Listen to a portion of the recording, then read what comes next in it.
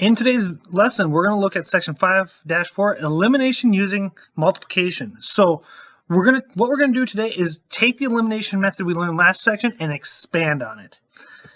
And sometimes we got to remember adding and subtracting is not enough to solve the system. We have to do a little bit more. So what we need to do is we might need to change how one or both of the equations look.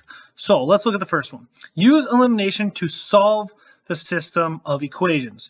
Now, in using the elimination method, we can multiply an entire equation by a constant. Okay, so we can do it. We can multiply 3x plus 4y equals 6 by a constant. We could multiply 5x plus 2y equals -4 by a constant, or we can multiply both of them by a constant to make something work out. So using elimination, we got to remember, we're trying to eliminate some. If we were to add or subtract these two equations right now, nothing would cancel out. So thinking like that, we need to try to change one or both of either x or y so we can eliminate one of them. So if we pay attention, well, we notice 4y and 2y. Okay, I can actually multiply the second equation by 2 to get 10x plus 4y is equal to -8. So now I'm not looking at this one anymore. I'm looking at the new one. So if I look at it now, I have 3x plus 4y is equal to 6, and 10x plus 4y is equal to -8. Now my y's are the exact same. I can subtract my equations and get -7x, 4y's cancel out, is equal to 14. Divide by -7, divide by -7, and I'm left with x is equal to -2. So we add one step and we're right back to where we were in the last section. I'm going to take that and I'm going to plug it into one of the other equations. It does not matter. I'm going to go back up into my 3x plus 4y. So I get 3 times -2 plus 4y is equal to 6. So I get -6 plus 4y is equal to 6. Add 6 to both sides. So we get 4y equals 12. Divide by 4. So y is equal to 3. So there we go. We now have our coordinate -2, 3. So we really only added one step. Okay, we're just multiplying one or both of the equations by a constant. All right, let's do another one. So I have 3x plus 4y is equal to -25, and 2x plus 3y equals 6. So looking at these, we can't really multiply just one of the equations by something to make it look like the other one. So we're going to actually multiply by both. Now, it does not matter which variable you choose.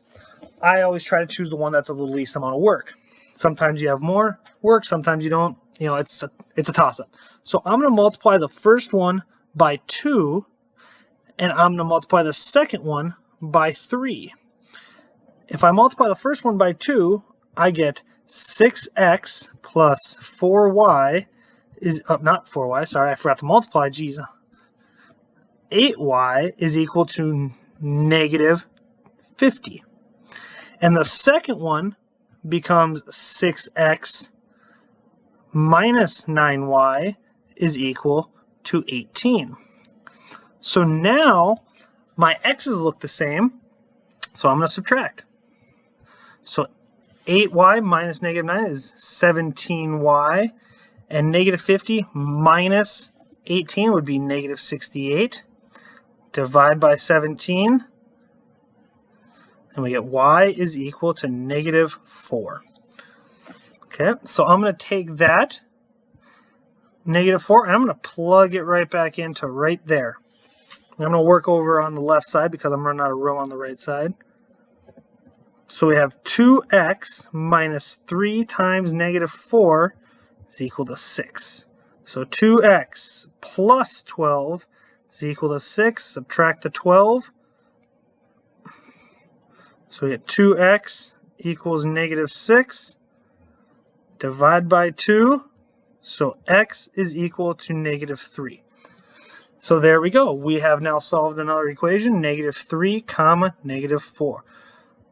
So as you solve these, you got to remember, we're not doing a whole lot of new information. A lot of it is just solving algebraically that we've done for the last few chapters. So let's do one more. 5x minus 3y is equal to 6, and 2x minus 5y is equal to 10. Again, there's nothing I can really focus on, so I'm going to just multiply the first one by 2 and the second one by 5. So first one becomes 10x minus 6y is equal to 12. And the second one becomes 10x minus 25y is equal to 50. So now, again, my x's are the same, so I'm going to subtract. Those cancel out. So negative 6y minus negative 25, that would give me a positive 19y. And 12 minus 50 would give me a negative 38. Divide by 19, just like we've done in the past chapters. So we get y is equal to negative 2. Once again, plug that back into one of the equations. I'm going to pick that one, so I get 2x minus 5 times negative 2 is equal to 10.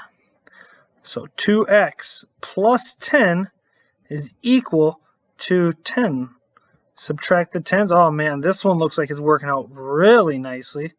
2x equals 0. We'll divide by 2. So x is equal to 0. So my final answer is 0, comma, negative 2. So that's elimination using multiplication, just adding a step or two, and then using what we learned in the last section.